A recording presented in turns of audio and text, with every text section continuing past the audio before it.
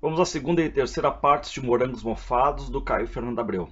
Bom, na parte dos morangos, nós temos 8 contos, né, que são Transformações, Sargento Garcia, Fotografias, Pera, Uva ou Maçã, Natureza Viva, Caixinha de Música, O Dia em que Júpiter Encontrou Saturno e Aqueles Dois. E aí na terceira parte, que é intitulada Morangos Mofados, nós temos um conto único, que é o Morangos Mofados. Bom, aqui na abertura ele tem uma epígrafe do Fernando Pessoa, tirado do Cancioneiro, que diz: Dá-me mais vinho, porque a vida é nada. Aí temos o título, Os Morangos, e também a epígrafe do Henrique do Vale, de um poema chamado Os Morangos São Eternos, que diz: Quem conhece Deus sente as coisas internas, e é amigo dos morangos que nunca morrem. Bom, então a segunda parte, Os Morangos, traz como epígrafe esse trecho, né, dos Morangos São Eternos, do Henrique do Vale. E cuidar aqui que a diferença para a primeira parte é que agora nós temos uma possibilidade de mudança, digamos assim, né? Porque se fala em um futuro, mesmo que ainda tenhamos o tédio, todas aquelas características da primeira parte, mas aqui se vislumbra alguma esperança.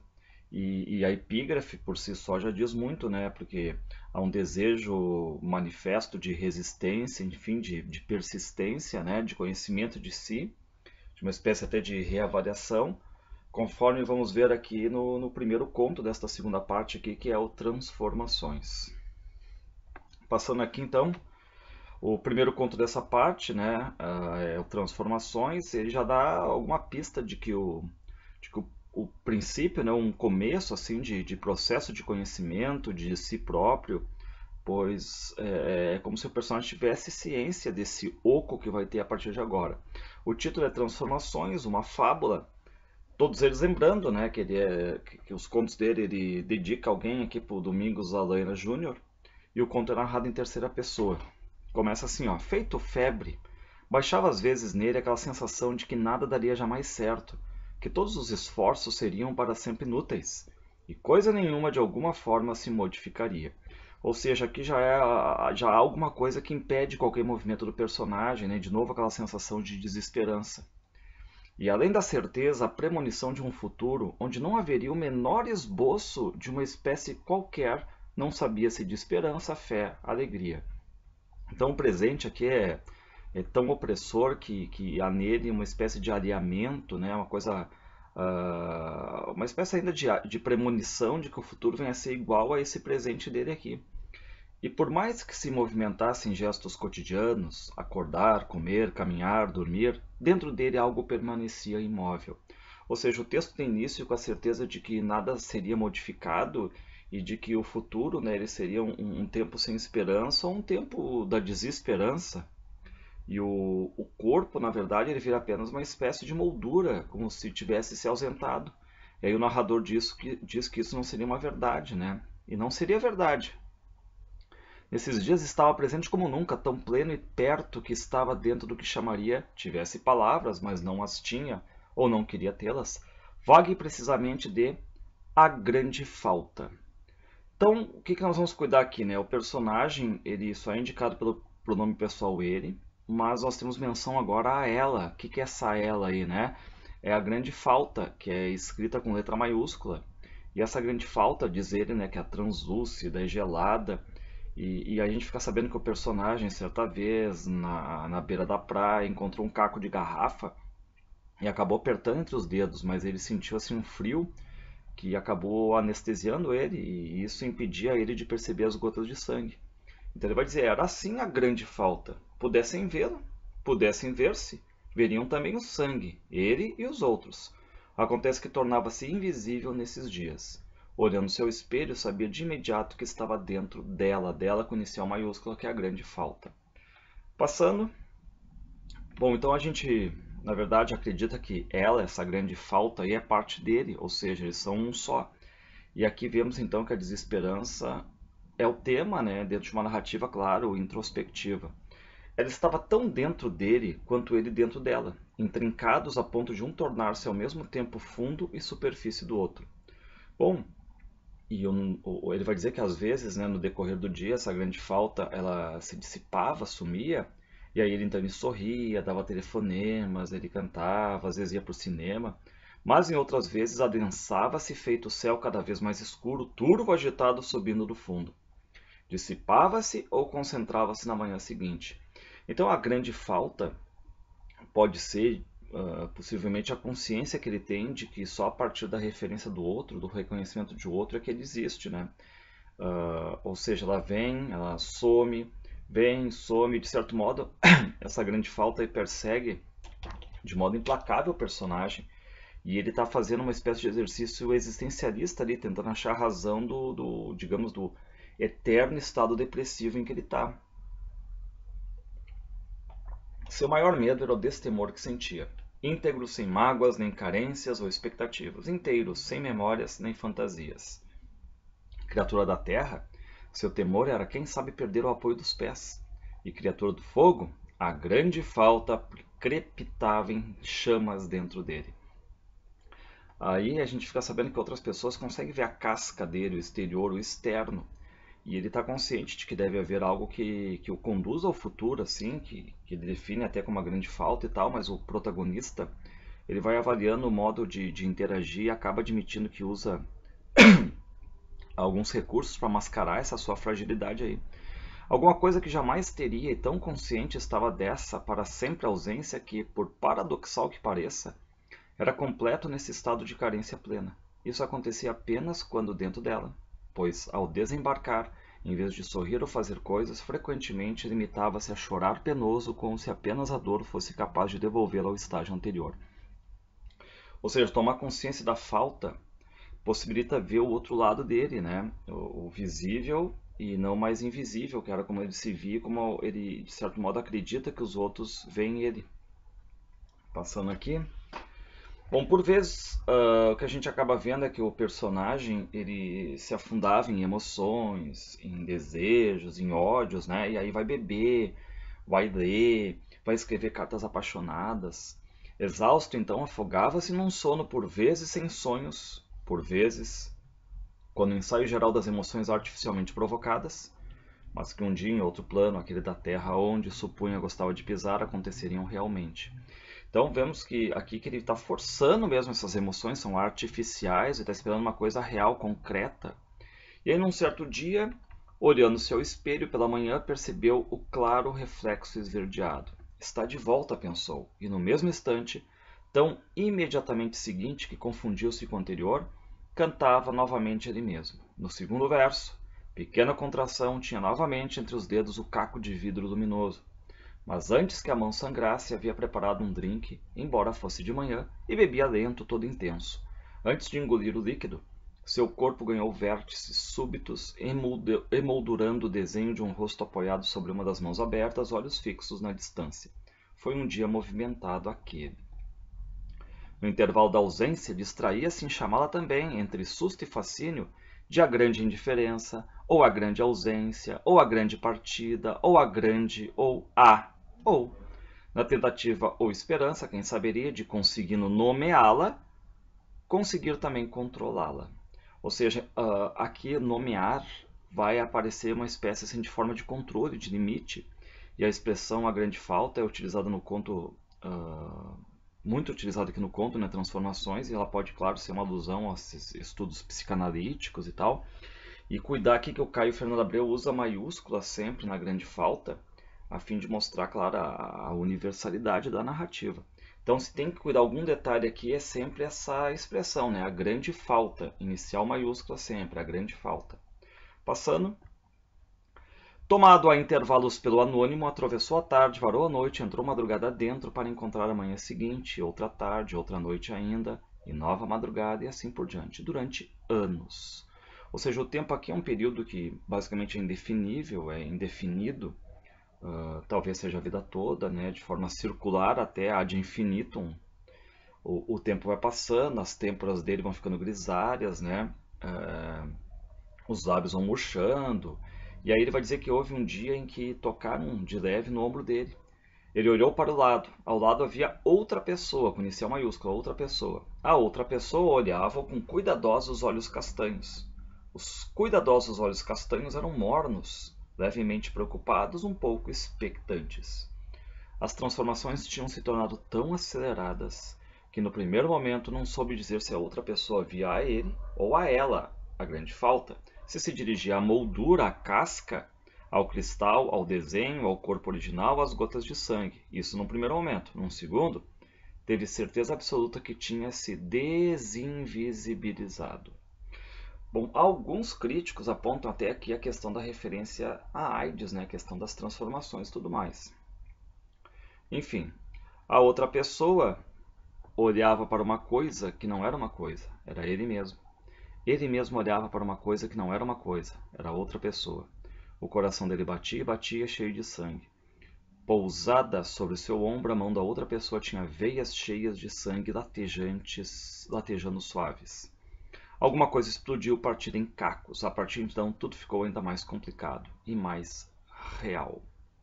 Ou seja, nós temos aqui uma história de um personagem que não é nomeado, frustrado, perdido, sem se compreender, sem compreender o estar dele no mundo, né? E alguém que já passou por muitas e profundas transformações e que não consegue se reconhecer nem a si nem aos outros. Ele está numa completa crise de identidade. E aí esse desejo, enfim, né, não está relacionado à possibilidade de manter viva a fé nesse ideário da contracultura, enfim, né? E aí cuidar só o subtítulo, talvez, uma fábula, que subentende-se, né, uma história fantástica e tal, de caráter moral, mas na verdade o moralismo aqui pode ser até uma consciência do que é certo, do que é errado, e um balanço existencial em busca de saídas, né, e consequência de todas essas transformações que esse personagem está passando aí. Um conto difícil, conto muito introspectivo, reflexivo. Passando aqui, nós temos o Sargento Garcia, que diz que, dedicado à memória de Luísa Felpuda, foi na verdade, um famoso travesti de Porto Alegre, né, que no período militar ele era responsável por um bordel, que esse bordel ele era frequentado por soldados que ali iam se prostituir e tudo mais, né? Enfim, é um conto que ganhou o prêmio Status de Literatura em 1980 e é narrado em primeira pessoa por um jovem chamado Hermes, um jovem até que a gente vai ver culto. Tem 3 partes, a primeira parte ela se passa no quartel, o espaço é o quartel. Começa assim: Hermes, o rebenque estalou contra a madeira gasta da mesa. Ele repetiu mais alto, o Sargento Garcia: Hermes, quase gritando, quase com raiva. Eu chamei Hermes. Quem é essa lorpa? Avancei do fundo da sala. Aqui é a marcação do narrador em primeira pessoa. Sou eu.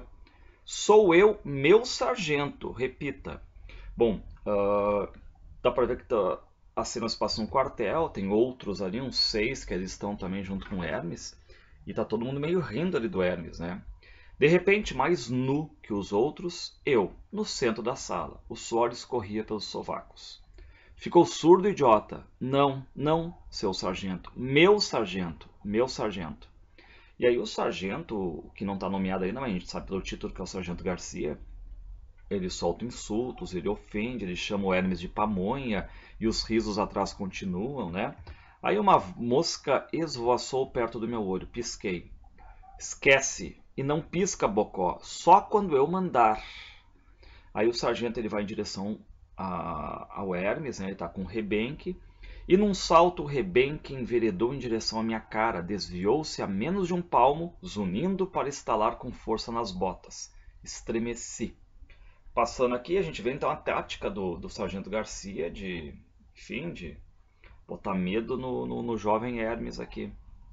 Está com medo, moloide? Não, meu sargento. É que... E aí o rebenque estala de novo. E aí diz assim, ó, na parede o retrato do Marechal Castelo Branco oscilou. Os risos cessaram.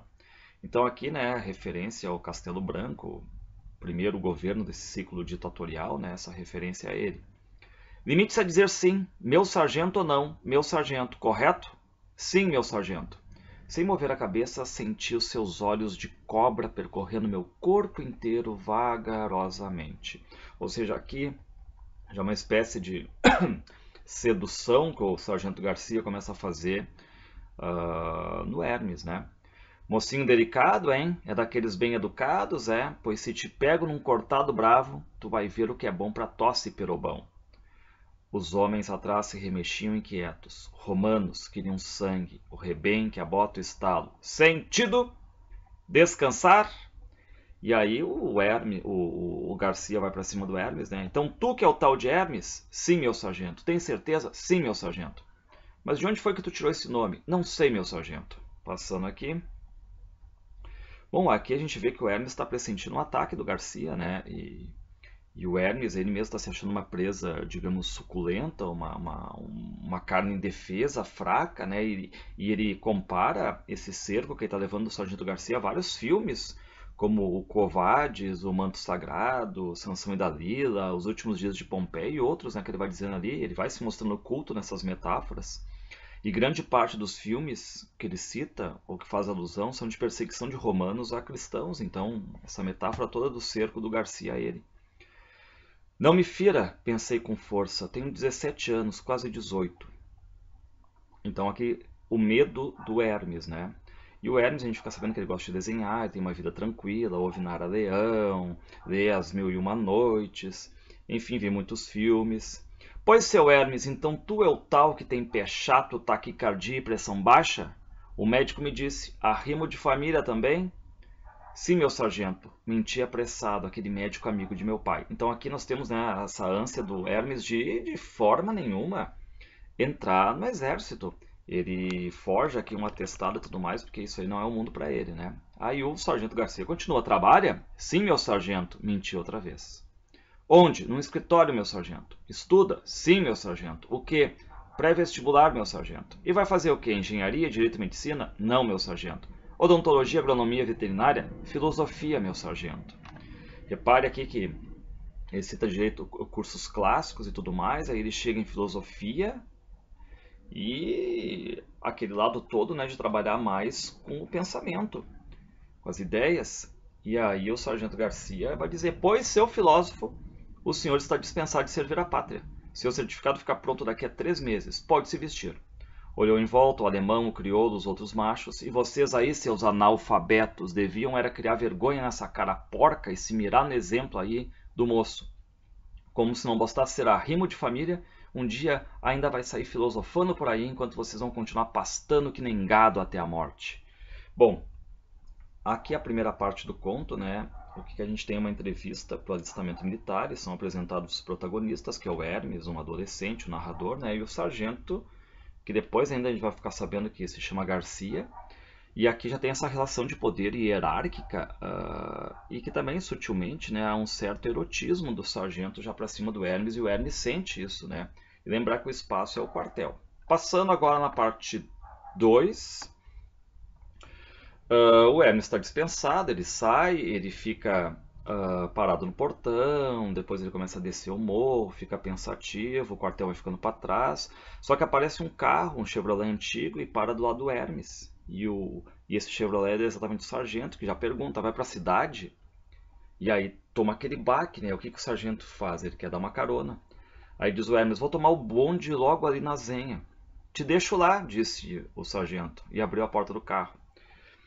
Ele segurou o cigarro, Continental sem filtro, eu tinha visto entre o polegar e o indicador amarelados, cuspiu pela janela e depois me olhou. Ficou com medo de mim?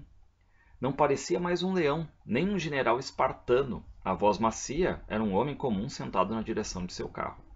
Bom, aí o Hermes, ele não fuma, então ele tira do bolso uma caixinha de chiclete e começa a mastigar, como que procurando um alívio ali, porque os personagens do Caio Fernando Abreu, quando estão alguma situação, problema e tudo mais, eles procuram alívio no cigarro. E aqui o Hermes não tem isso aí, o Hermes puxa uma caixinha de chiclete.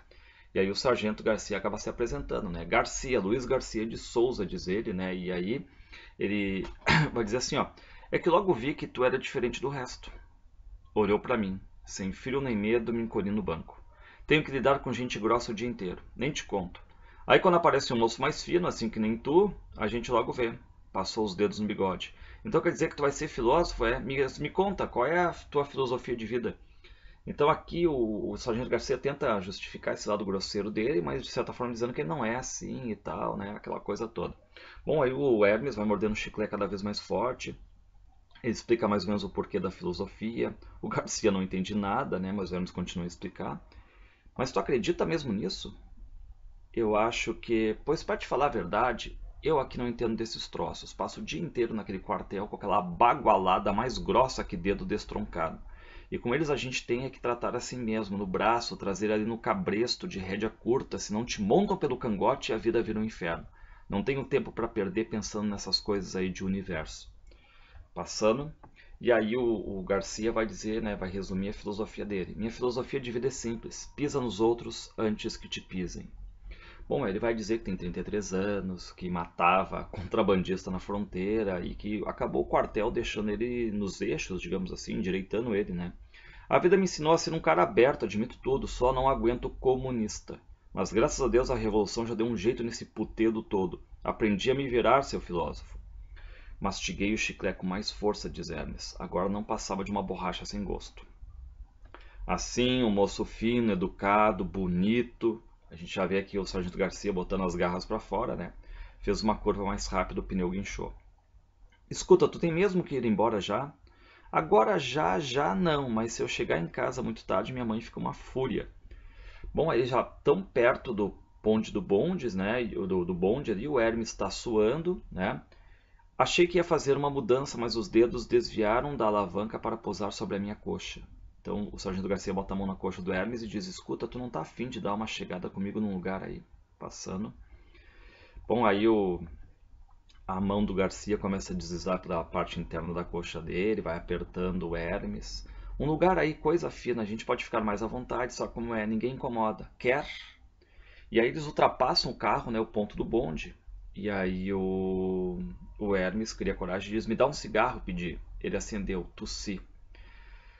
Claro que quer, diz o Garcia. Estou vendo que tu não quer outra coisa, guri. Pegou na minha mão, conduziu-a até o meio das pernas dele. Meus dedos se abriram um pouco. Nunca fiz isso, diz Hermes. Ele parecia contente. Mas não me diga nunca, nem quando era piá, uma sacanagemzinha ali na beira da sanga, nem com mulher, com china de zona, não acredito. Nem nunca barranqueou égua, tamanho homem. É verdade, diz o Hermes. Pois eu te ensino, quer? Quero, eu disse. Bom, aqui cuidar que termina a parte 2, né? E o espaço aqui é o carro do Sargento Garcia, tudo acontece dentro do carro. Passando, parte 3, eles vão subindo degraus, vão empurrando uma porta, aqui o local vai mudar, né? Uma espécie de motel, vagabundo, né, na verdade. E já tem uma voz lá de dentro que pergunta, né? O de sempre, então.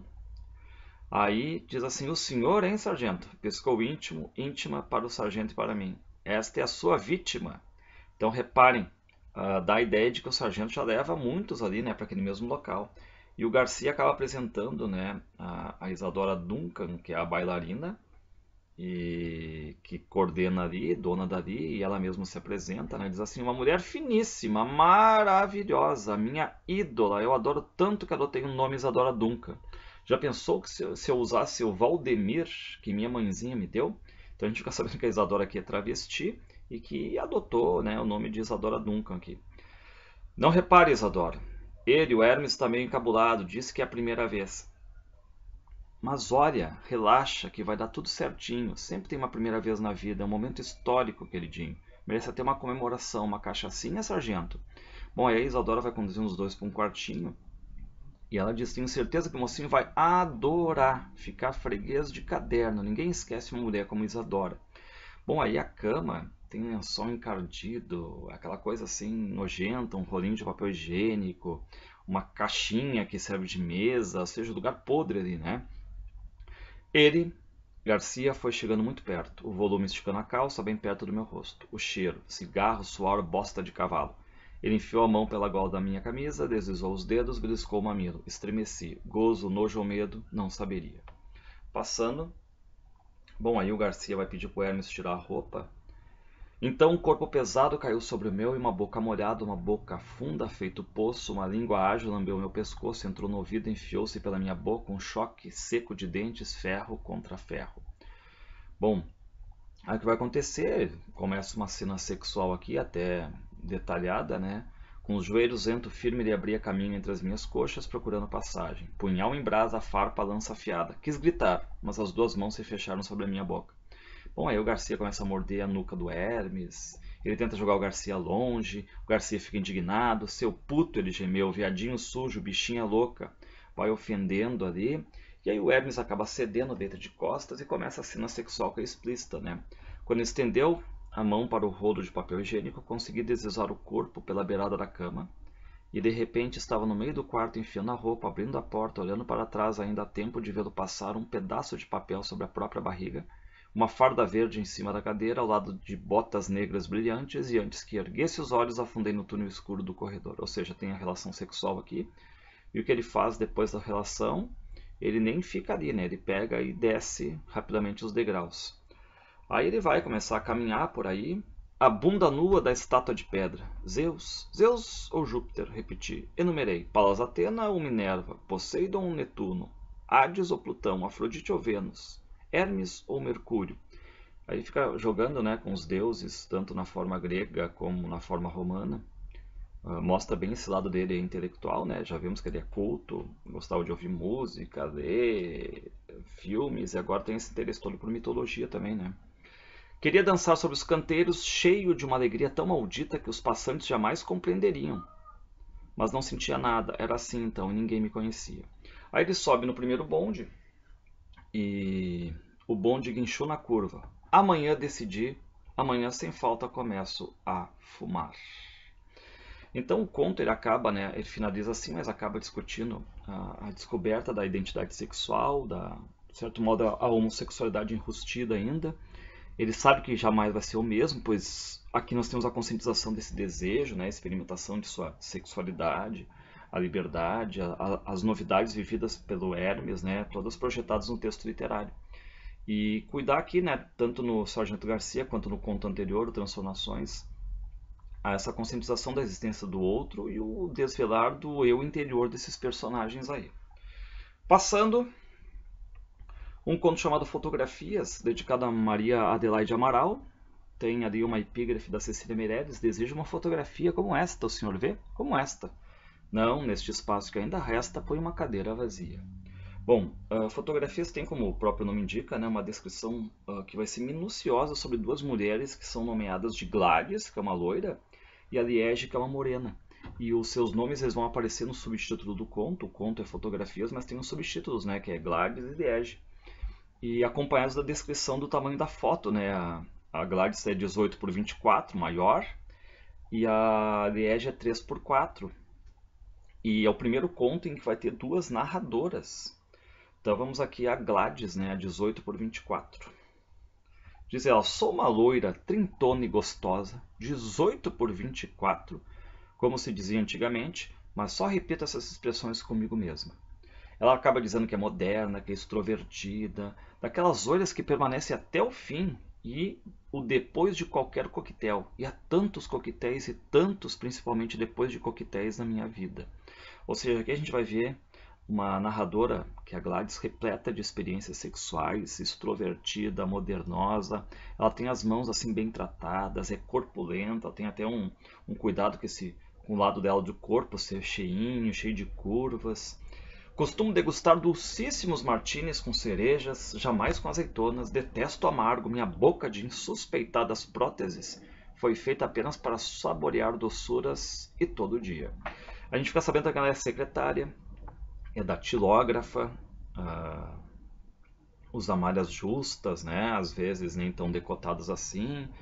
E aos poucos a vida foi me ensinando que a luxúria reside menos na exibição integral do que naquela breve nesga de carne mal e mal entrevista entre a luva e a manga.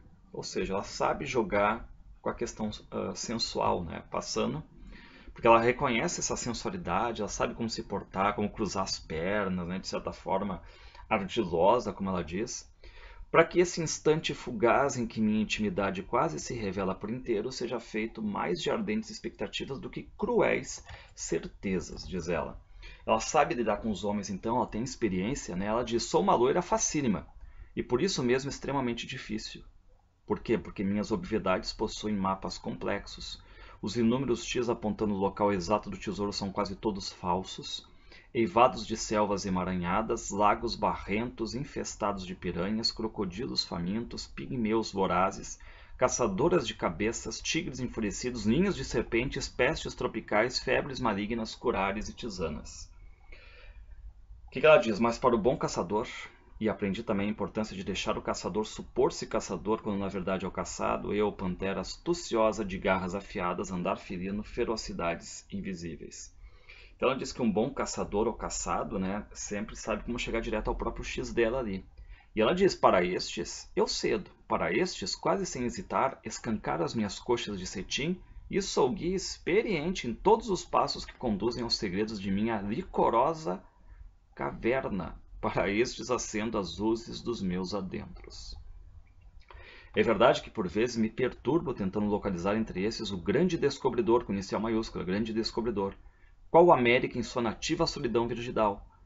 Impaciente pelo Colombo que a revele de vez para o mundo. Então a gente fica sabendo aqui que ela está em busca do grande descobridor. Essa vai ser a expressão, né? Com inicial maiúscula, grande descobridor. E por que isso? Porque ela fez uma consulta a uma cigana. Passando aqui.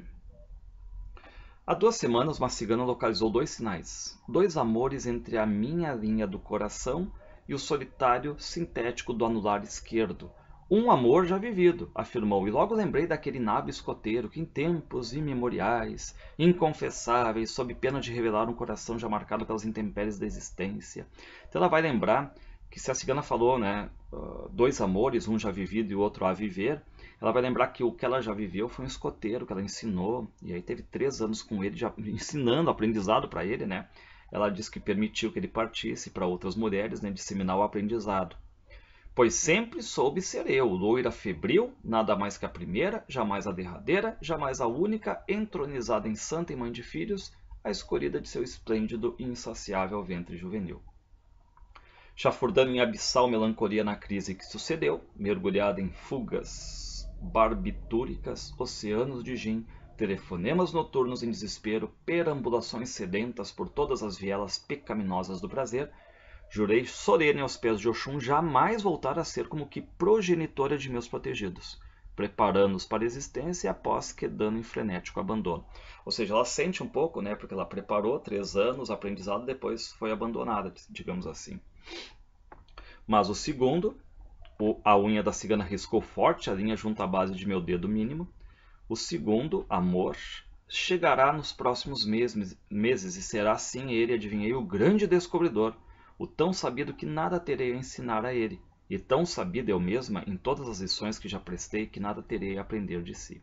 Então ela está vivendo aqui à espera da chegada desse sabe-tudo, desse grande descobridor aí que vai ser o grande amor. Passando.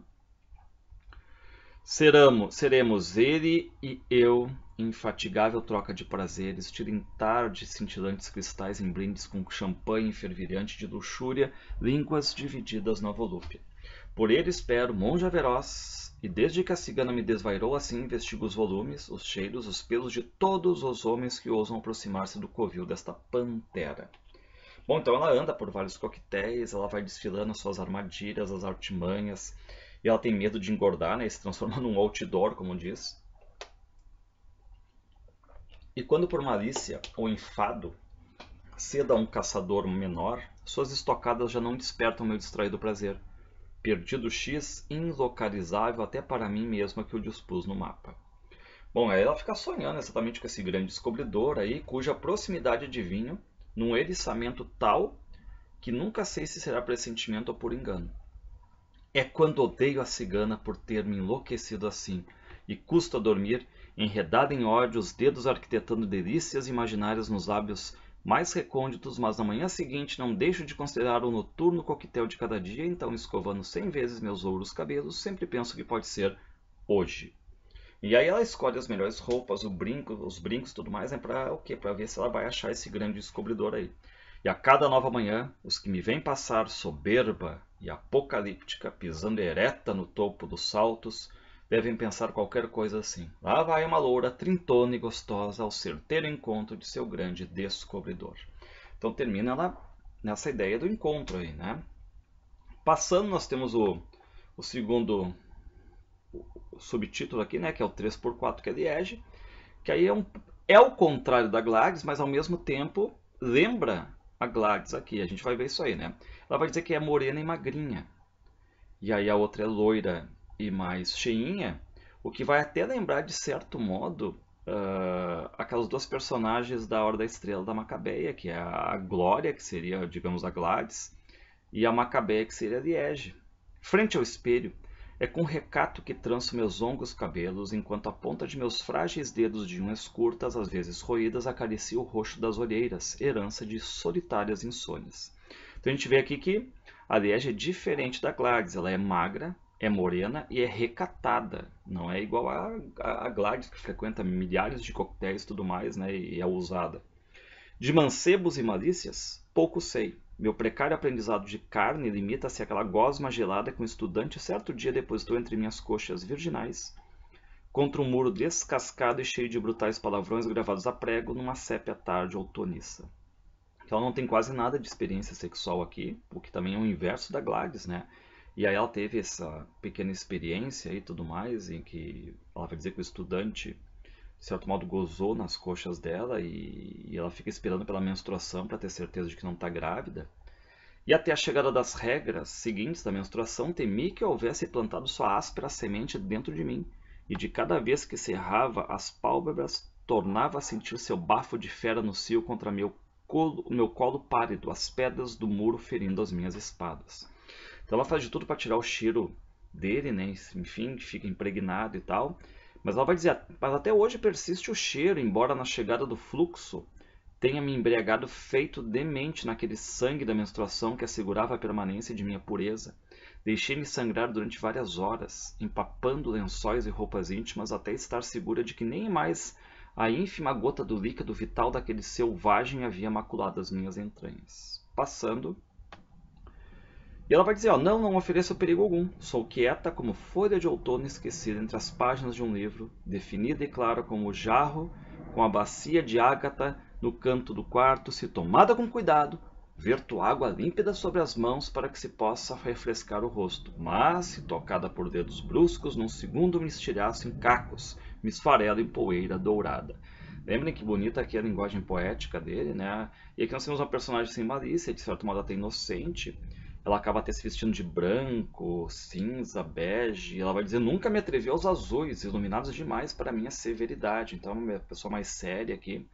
Nas folhas que datilografo como secretária, e repare, né, também ela é datilógrafa.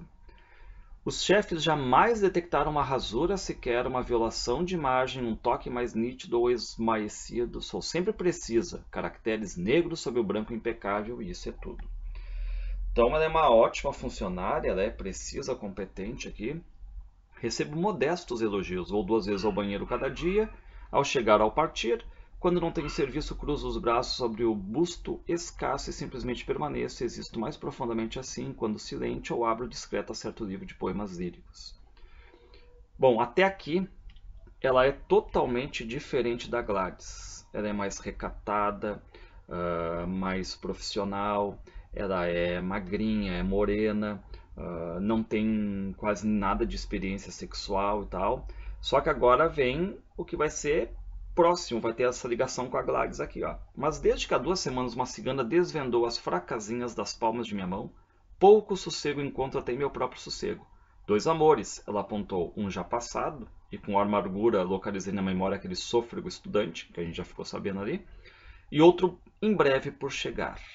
Passando. Bom, então aqui nós temos o mesmo conflito que a Gladys, né? A espera por um homem. E reparem que pode ter uma ironia também, né? Que a cigana sair dá o laudo igual para qualquer pessoa, né? Desde então, me desconheço. Mal posso conter um susto investigando o porte de cada homem que se aproxima, em cada esquina que dobro, em cada ônibus que tomo para ir e vir. Sinto que busco o prometido e me detesto por essa inquietação febril, pelo amor que desconheço e mal consigo supor, tão parca é minha vida de memórias ou medidas. Mergulho em banhos gelados no meio da noite para apaziguar a carne incompreensível. Enquanto que a Gladys sai em festa, fica com vários e tudo mais, ela faz o quê? Ela toma banhos e tal para apaziguar a carne, digamos, né? Então a cigana, ela mexe com o destino, né? Mexe com o presente, com esse futuro das personagens ali. Em cada junho, eu sei que não suportarei o próximo agosto. Me debato elaborando aquela futura tarde gris para encontrá-lo. Ninguém suspeita de meu segredo. Caminho severo pelas calçadas, olhos baixos para que minha sede não transpareça. Ah, sou tão morena e magrinha que ninguém me adivinha assim como tenho andado.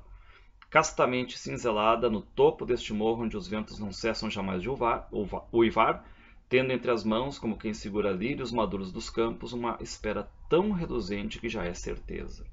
Bom, então aqui cuidar o elemento comum entre elas é a espera, a crença, né, a fé em que, digamos que um amor vai chegar, e toda essa expectativa se deve à fala de uma cigana que deu a mão dessas duas aí, a Gladys e a Liege.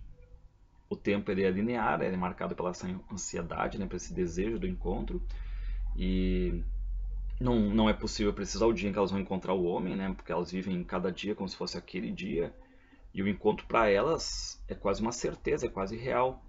E, e elas acabam contando, né, como viviam e como passaram a viver após a fala da cigana. E nessa narrativa aqui, a fala da cigana é fator que gera essa mudança no comportamento da Gladys e da Liege. E podemos até comparar um pouco, como falei, né, com a Hora da Estrela aqui. A voz do discurso ela é feminina e é uma busca por uma relação estável, se a gente for olhar, amorosa e sexual com um homem. Então elas acreditam que a certeza desse amor aí, né, na certeza desse amor, que elas ainda guardam todos os dias e que vai fazer delas, digamos assim, vai trazer uma felicidade. E apesar de diferentes no comportamento sexual, no tamanho, as duas, lembrem, né, são secretárias, esperam, digamos, o príncipe encantado aqui. Passando, temos o conto chamado Pera, Uva ou Maçã, dedicado para o Celso Cury.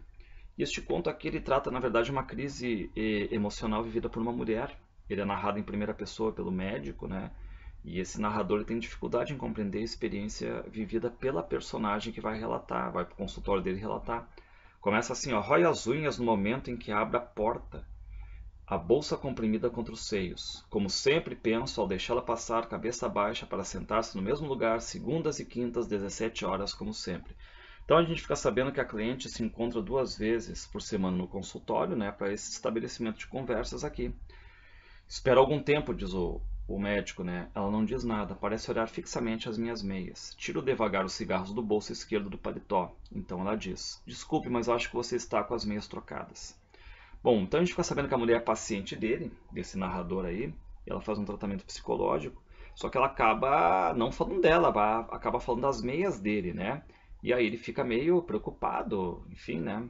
Geralmente um cigarro dura entre 5 e 10 minutos. Como eu, para tranquilizá-la, tento gastar o máximo de tempo possível fazendo coisas como fechar a porta, puxar as calças, pensar em isqueiros e ecologias, quase sempre ela fala somente quando termina o primeiro cigarro. Então ele tem algumas estratégias, a gente vê, né, para acalmar a cliente, para deixar à vontade para falar. E aí ela pergunta, né, e isso te incomoda, a questão das meias, né? Ele vai dizer. Aí ela vai dizer assim, não, não é que incomode, só que, olha, para falar a verdade, não me importo nem um pouco com as suas meias. Ela vai dizer, eu vim para falar de mim, não falar das tuas meias, né? Passando. Bom, aí no decorrer do conto a gente fica sabendo que ela tem dificuldade em aceitar as suas angústias, né? E o narrador diz, eu continuo esperando, resolvo ajudá-la pausado. Quer dizer então que você não se importa nem um pouco com as minhas meias? Foi, mas o que eu quero mesmo dizer é que hoje não estou disposta a gastar. Gastar não, passar. Não se sinta agredido, não é isso. O que acontece é que eu não estou disposta a passar. Eu aposto nas ameixas. E ela diz, eu aposto nas ameixas, e a gente não entende bem, o diálogo se torna complexo aqui e tal, e aí o narrador diz, sem entender, eu espero. Sem ele entender e sem nós, leitores, né? Porque acaba não apontando o porquê da crise, não elabora com certa lógica o discurso, né? E diz que aposta nas ameixas, parece uma coisa meio sem lógica. Escuta, hoje não estou disposta a passar aqui uma dessas suas horas de 45 minutos discutindo as razões sub ou inconscientes de por que eu disse que você está com as meias trocadas, certo? Então ela não quer papo sobre meias, ela só fez uma constatação de que de certa forma isso surpreende o doutor, né? Daí ela diz, é que aconteceu uma coisa.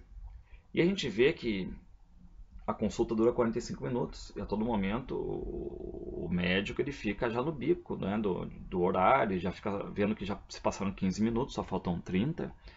E aí ele tá querendo também dar uma olhada, não que ela note, né, e quer ver que cor de meia que ele colocou, né, trocada e tal.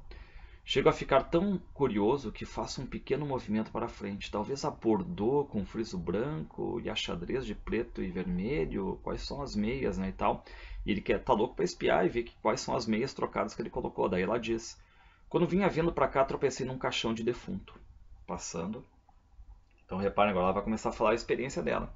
Quando dobrei a rua, daquele sobrado amarelo da esquina, ia sair no enterro. Tirou outro cigarro da bolsa. Não, não foi assim. Antes eu tinha comprado 1 quilo de ameixas. Por um momento fica com 2 cigarros nas mãos, um aceso, outro apagado. Depois acende um no outro. Também não foi assim. Antes, ontem, eu dormi até quase às 3 horas da tarde de hoje. Então minha mãe me chamou para vir aqui. Bom, aí, enfim, né, ela dormiu muito tempo e enquanto esse doutor nem dá muita bola, fica pensando nas meias na cor, né? Talvez a verde musgo com losangos cinzentos e no outro pé a cinza com debruns vermelhos. E aí, novamente, a curiosidade sobre a cor das meias aqui, né? E ela continua a contar. Eu vinha vindo para cá.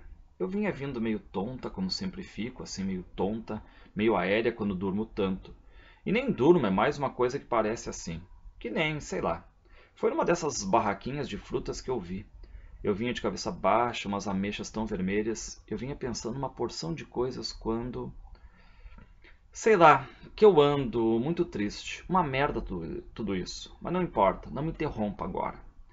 E aí, ela não diz, começa a ter uma ausência de explicitação das razões da tristeza dela. A gente fica sabendo que ela comprou ameixas, mas tem que, daí faltou dinheiro, ela tem que voltar a pé para casa. Bem na hora que eu dobrei, não deu tempo de parar nem de desviar, daí então eu tropecei no caixão e as ameixas todas caíram assim, paf, na calçada, e foi aí que eu reparei naquelas pessoas todas de preto e óculos escuros e lenços no nariz e uma porrada de coroas de flores. Lembrar aqui que todo esse discurso caótico, direto, o Caio Fernando Abreu não coloca uma vírgula sequer. Então ele quebra essa estrutura clássica aqui, dando lugar, claro, a esse discurso intimista da paciente. Passando. E ela tropeçou então no caixão e ela vai dizer, ó, ficou todo mundo parado me olhando. Eu me abaixei e comecei a catar as ameixas na sarjeta. Ela para de falar, fica olhando para mim, depois repete, me olhando as pessoas e eu juntando as ameixas. E aí o médico fica vendo que já passou meia hora, faltam só 15 minutos para acabar a consulta, e ela fica meio distraída e ele já tenta puxar de volta, né? No que é que você está pensando? Ela ri. Ela nunca riu antes, penso. Numa brincadeira besta que a gente tinha quando eu era mais guria. Era meio sacana, mas uma sacanagem boba, meio juvenil, era assim. Uma pessoa tapa os olhos da gente com um lenço, depois aponta para outra pessoa e pergunta se você quer pera, uva ou maçã. Pera é um aperto de mão, uva, um abraço, maçã é um beijo na boca. Bom, aqui nós temos, né, uma questão envolvendo a nostalgia, e ela cita uma experiência afetiva, né, que é positiva. E será que isso é a sugestão dessa perda da sua alegria, né, ou a questão da tristeza? Ela vai dizer que foi a primeira vez que eu beijei de língua. E ela começa a rir, o narrador observa que é a primeira vez que isso acontece nas consultas. E repare, acontece quando lá pelas tantas ela puxa algo nostálgico, algo positivo, algo afetivo. Quanto tempo ainda falta? Eu olho o relógio, diz o médico, 5 minutos. Então já se passaram 40 minutos já, né? Passando. Bom, daí ela não quer mais falar. Aí ela pega um objeto e começa meio que a lustrar contra a blusa dela e tal, esconde nas mãos e o médico tá louco para ver o que é aquilo ali, né? Continua a esfregar aquele objeto contra a blusa. O que será? Penso sem interesse. Ela torna a olhar para as minhas meias. Talvez uma inteiramente branca, outra azul, listradinha de preto. Olha, antes de ir embora, eu quero dizer a você que eu aposto nas ameixas. Foi isso que me veio na cabeça depois que eu saí caminhando.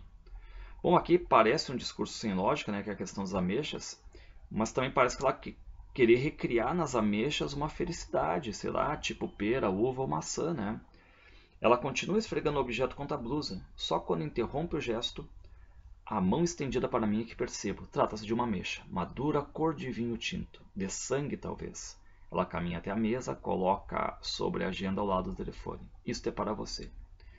E ela sai e diz, né? Feliz ano novo, diz batendo na porta, os olhos brilham, cintilam. Mas estamos recém em setembro, penso em dizer. Apenas penso, porque ela já fechou a porta atrás de si. Resolvo telefonar para seus pais, aconselhando que a internem novamente. Mas antes preciso ver a cor das minhas meias. Quem sabe lilás, com pespontos azul marinho? Bom, aqui vemos que era uma mulher que já foi internada, que faz um discurso meio que sem lógica, mas que também pode ser alusão a essa aposta numa reviravolta da vida dela, né? Algo positivo. Até porque ela dá feliz ano novo, ela riu, ela está mais feliz, ou seja, Da ideia que ela não vai vir mais se consultar, parece ter até encontrado a própria cura aqui. Passando. Próximo conto chama-se Natureza Viva e dedicado a Orlando Bernardes. É uma narrativa em terceira pessoa e é um conto que tem como foco a dificuldade de expressão, a sensação de impossibilidade de, digamos, verbalizar o pensamento e também o sentimento. Diz assim, ó. Como você sabe, dirás feito um cego tateando, e dizer assim, supondo um conhecimento, faria quem sabe o coração do outro adoçar um pouco até prosseguires, mas sem planejar, embora planejes há tanto tempo. Farás coisas como acender o abajur do canto, depois apagar a luz mais forte, criando um clima assim mais íntimo, mais acolhedor. O narrador se dirige a alguém, que pode ser o leitor, um homem, uma mulher, enfim. E o narrador diz que o personagem irá dizer, mas não sabe o que ele dirá. Nem para quem e muito menos assim quando. Isso aqui agora acaba gerando um suspense, uma tensão, né?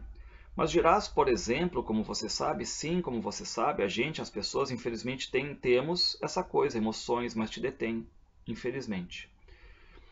O outro talvez perguntaria por que infelizmente nós temos emoções e por que infelizmente?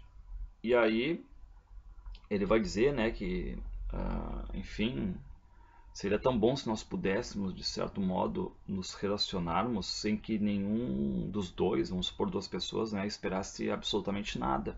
Mas infelizmente nós temos emoções e tal, né? Meditarias, as pessoas falam coisas e por trás do que falam há o que sentem, e por trás do que sentem há o que são, e nem sempre se mostra. Mas já não sou capaz de me calar, talvez dirás então, descontrolado e um pouco mais dramático, porque meu silêncio já não é uma omissão, mas uma mentira. Bom, passando aqui, nós temos um discurso do narrador que parece assumir a voz do personagem, parece que esse narrador se projeta nesse personagem aí. Há essas suposições do que se diria, de como se falaria, mas na verdade não se fala nada de forma concreta, né? E o narrador vai fazendo algumas conjecturas, algumas hipóteses, né? Vai dizendo, ó, no silêncio que se faria, pensas precisarás fazer alguma coisa, como colocar um disco ou ensaiar um gesto, mas talvez não faças nada. Mas nesse silêncio que certamente se fará, talvez acendas mais um cigarro. Por um momento desejarás então acender a luz, dar uma gargalhada ridícula, acabar de vez com tudo isso, fácil fingir que tudo estaria bem, que nunca houve emoções, que não desejas tocá-lo nem conhecê-lo, que o aceitas assim latejando amigo, velo remoto, completamente independente de tua vontade, de todos esses teus informulados sentimentos. Novamente aqui a questão do narrador meio que se projetando no personagem. Desejarás desvendar palmo a palmo esse corpo que há tanto tempo supões, até que as palmas famintas de tuas mãos tenham percorrido todos os caminhos, até que a tua língua tenha rompido todas as barreiras do medo e do nojo, tua boca voraz tenha bebido todos os líquidos, tuas narinas sugado todos os cheiros e alquímico, ou tenha transmutado num só, o teu e o dele, juntos, luz apagada, peças brancas de roupa cintilando jogadas ao chão. Bom, aqui vamos vendo de forma mais evidente agora a afetividade que o narrador tem por esse outro homem, sentimento de desejo, de posse, de consumação desse desejo aí, né? Desejar assim e a esse outro tão íntimo que às vezes julgas desnecessário dizer alguma coisa, porque enganado supões que tu e ele, vez em quando, sejam um só. Queres pedir a ele que, simplesmente sendo, te mantenha nesse atormentado estado brilhante para que possas iluminá-lo também com teu toque, com tua língua materna, com a vara de condão de teu desejo. Bom, então desejo entre dois homens, uma possível relação homoerótica aqui, né? E que vai permitindo que através desse outro, o eu vai se reconhecendo, vai se conhecendo, assumindo, tendo consciência do seu desejo e que ele não consegue verbalizar, não consegue dizer ao outro que quer, digamos, a rija vara de condão do teu desejo, né? Então, ele vai trabalhando essa parte aí. Passando. E neste exato momento poderias escolher entre torná-lo ciente de que dependas dele para que te ilumines, ou escureças assim intensamente, ou quem sabe orgulhoso negar-lhe o conhecimento desse estranho poder. Então novamente aqui se observa a questão fálica, né, o desejo sexual por um igual, que já apareceu nos contos anteriores e tal, né, o outro não sabe o poder que tem sobre o personagem. E aqui está em itálico, em fonte menor, como se fosse uma espécie de oração, ó. Ah, fumarás demais, beberás em excesso, aborrecerás todos os amigos com tuas histórias desesperadas. Noites e noites a fio permanecerás insone. A fantasia desenfreada e o sexo em brasa, dormirás dias adentro, faltarás ao trabalho, escreverás cartas que não serão nunca enviadas, consultarás búzios, números, cartas e astros, pensarás em fugas e suicídios em cada minuto de cada novo dia, chorarás desamparado atravessando madrugadas em tua cama vazia, não conseguirás sorrir nem caminhar alheio pelas ruas sem descobrires em algum jeito alheio o jeito exato dele, em algum cheiro o cheiro preciso dele, que não suspeitará de tua perdição. Então o personagem sabe que as suas palavras precisam ser sábias, né, para determinar que essa, digamos, porta a ser aberta agora, né, logo após ele ter dito tudo, pode levar ele para o céu ou para o inferno. E essa porta realmente aberta, digamos, vai possibilitar o narrador personagem aqui, digamos, né, ter ciência de que esse não dito dele, né, ou que a gente vai chamar de desejo contido, pode levar ele a um futuro mais desencantador. Sabes de tudo sobre esse possível futuro amargo. Sabes também que já não poderias voltar atrás. E começas a falar. E aí é só no final do conto que vai, digamos, ter a verbalização, mas aí já é o fim do conto, não tem mais, né? Passando, conto chamado Caixinha de Música, para Raquel Rosenberg, um conto em terceira pessoa. Nós temos um homem aqui, né, que conta para sua mulher, é um casal, que ele sonhou com uma árvore, enfim, uma árvore, né, e tal, e ele se sente sufocado por uma terrível, digamos, angústia existencial que vai provocando nele alguns pesadelos. Aí toda essa angústia, todo esse sufoco acabam se convertendo numa espécie de explosão, né? Contra essa questão da opressão do casamento, e tudo vai em cima da figura da esposa. E aí o homem, ele... Bom, vamos ver depois ver o final aqui é meio louco, né? E cuidar aqui que é uma narrativa circular, porque o início e o desfecho, o final, são idênticos, né? Como se fosse um movimento da caixinha de música. Então começa assim, ó.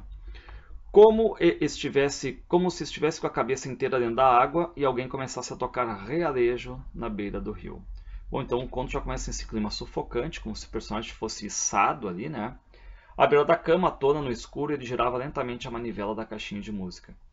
Então o conto vai retratar um momento, né, na vida de um casal. Os dois não são nomeados, ela apenas vai observando o marido. Tá escuro o quarto, apenas assim o relógio, né, o rádio relógio mostra os números ali em vermelho. E o marido tá ali girando várias vezes a manivela da caixinha de música. E suavemente, só depois que ele tinha repetido e repetido a música da caixinha, como para não quebrar o encanto difícil, foi que ela apoiou o busto contra a guarda da cama e perguntou em voz baixa o que tinha acontecido. Bom, aí ela vem lá e pergunta, né? O que aconteceu? Era um homem grande, um homem quieto e sem camisa sentado à beira da cama, costas curvas, cabeça baixa, nas mãos uma caixa tão pequena que ela não conseguia ver. Aí de repente a caixinha para de tocar, e como se estivesse do lado de fora e espiasse pela janela do próprio quarto, viu um homem sentado à beira da cama e uma mulher deitada, cabeça ereta, tensa, imóvel para sempre à espera de algo que não acontecia. Então reparem, né, como se ele tivesse ido para fora e, deslumbrado a própria imagem, ele vê um homem sentado na beira da cama, e aí nós temos a visão da mulher que está deitada, cabeça ereta, tensa, imóvel, né, à espera de algo que não acontecia. Então temos aqui a ideia de um casal, um relacionamento estagnado, um jogo onde não haveria vencedor nem vencido, apenas um gentil fracasso final compactuado e compartilhado amável por ambas as partes. Passando. Bom, aí ele continua sem dizer nada. Aí ela acaba acendendo um cigarro. Bom, todos os contos aqui devem ter cigarro, né? Tarde da noite, e daí de repente ele diz, né? A árvore. Ele disse, hein? Uma árvore. Eu vi uma árvore. E ela disse que ele sonhou e tal, né? E ele vai dizer que importa se sonhei, se vi, se foi hoje ou amanhã, se nem sequer vi, só imaginei, que importa? Acabei pensando nessa árvore. Que árvore era essa? Não era uma, eram duas. Espere, eu conto, você quer ouvir? E aí ela quer ouvir e ela diz que no começo, ele diz, né, que no começo era só uma árvore enorme, toda linda, toda florida. Não parecia de verdade, parecia uma coisa desenhada assim, meio de quadro, de ilustração, de história infantil, filme de Walt Disney. E aí ele disse que foi a árvore mais bonita que ele já tinha visto em toda a vida dele. Aí eu parei e fiquei olhando, tinha uma coisa forte ele me chamando e eu não conseguia ir em frente. Aí ele disse que de repente ele estava dentro da árvore, porque havia uma espécie de vão, né, uma espécie de porta, e ele entrou, só que o interior dessa árvore é tudo escuro, úmido, feio, em contraponto com o que é de fora, toda bonita, toda primavera e tal, né. Então eu pensei em sair lá de dentro imediatamente, sem olhar para trás, mas ao mesmo tempo que queria ir embora, queria também ficar para sempre lá. É muito metafórico isso aqui, né? Porque é lado estagnado também, um lado escuro, que ele quer sair, mas quer ficar ao mesmo tempo, né? Eu fui embora, eu não queria olhar para trás, mas sem querer olhei e lá estava ela de novo, como eu a tinha visto da primeira vez, passando. E ele disse que é uma árvore encantada, que pode fazer pedidos, enfim, né? E sem querer formulei com dificuldade uma coisa mais ou menos assim. É daquele emaranhado cheio de dor e angústia, fria e solidão escura, que ela arranca essa beleza que joga para fora. Você entende? Foi lá? Ela perguntou bruta. Ele não respondeu. Foi lá? Repetiu. Eu preciso saber, me diga, foi lá naquele lugar? Meu Deus, você ainda não esqueceu aquele maldito lugar? A gente não sabe que lugar é esse e tudo mais, um sonho dele. Você entende? Ela relaxou a pressão. Entendo, claro que entendo. Bom, aí a história da árvore ela vai desvelando outra história subentendida, né, que está transposta para o relacionamento emocional do casal, entre eles ali, né. Só que não se revela muita coisa e ele vai dizer que não acabou a história da árvore, né, mas não acabou, ele disse. Ele continuou a falar. Ah, ele vai dizer, né, que foi lá no dia seguinte e tal, foi ver essa árvore, então eu fiquei andando em volta dela e olhando bem até perceber que eram duas árvores. E aí do lado dessa árvore linda, né, que é primavera, tem uma outra que está toda caída, que é um chorão, um salgueiro, né? Então, assim, do lado de uma árvore linda, há uma árvore feia. E aí ele pega, fica próximo da mulher, diz para ela declamar um poema que ela sempre declamava. Cecília Meirelles, era Cecília Meirelles, era um poema assim, que eu dizia: levai-me por onde quiserdes, aprendi com as primaveras a deixar-me cortar e a voltar sempre inteira. E aí ambos acabam declamando juntos o poema, passando aqui. De repente ele deu um salto sobre a cama e ficou em cima dela, rindo enquanto enfiava a língua morna nas suas orelhas. Sobre a camisola ela podia sentir os músculos duros das coxas dele apertadas contra as suas. Era um caso de amor, ele disse baixinho no ouvido dela. O salgueiro e a primavera, a árvore feia e a árvore bonita. Era um lindo caso de amor entre as duas árvores. Bom, é que a ideia de o casal ter uma relação sexual também, né? E ela vai se dando para ele. Ela abriu suave as pernas, rodando a bacia como numa dança oriental, até sentir o volume do sexo dele enrijecendo aos poucos sobre seu ventre. Vem, pediu, meu menino louco. Não, ele disse, e recuou outra vez até a ponta da cama. A história ainda não terminou. Então aqui acaba, não passa de uma tentativa sexual, né? Porque ele acaba recusando o chamado dela, porque, enfim, ela tá lá, tá, então conta rápido e tal, né? Ele vai dizer que no outro dia, que seria o terceiro dia, ele voltou lá e foi a última vez que ele voltou. Aí o homem pegou a caixinha de música e ficou com ela entre as mãos como se fosse tocar. O que foi que você descobriu? Descobri que não era um caso de amor. O salgueiro estava seco, morto. A primavera tinha assassinado ele. A árvore bonita assassinou ele. Não era um caso de amor. Ela estrangulou, vampirizou, assassinou a árvore. Passando aqui. Aí ele diz: eu vou falar bem devagar para que você compreenda. Aquela loucura de flores e cores do lado de fora era a vitória dela. A vitória da vaidade dela às custas da vida dele. Uma vitória louca, você está ouvindo? Ou seja, aqui, ó, se formos transpor a simbologia da relação entre as árvores para o relacionamento do casal, né, a gente pode comparar que assim como a árvore primavera matou o salgueiro, ele está sendo morto pro desejo que pode sentir por ela, né? E aí lá olha o relógio, já era 5h15 da manhã e tal. Uma vitória louca, uma vitória doente não era amor, aquilo era solidão e loucura, podridão e morte, não era um caso de amor. Amor não tem nada a ver com isso. Ela era uma parasita. Amor não mata, não destrói, não é assim. Aquilo era outra coisa, aquilo é ódio, diz ele. E aí, o que acontece é o seguinte, ela se liga e diz: você está querendo dizer que acha que eu o destruí? E aí ele diz algo em um tom bem baixinho, ela não entende, e ela pensa: como? Não ouviu a resposta. As duas mãos grandes e fortes do homem fecharam-se rápidas e precisas em volta da garganta dela.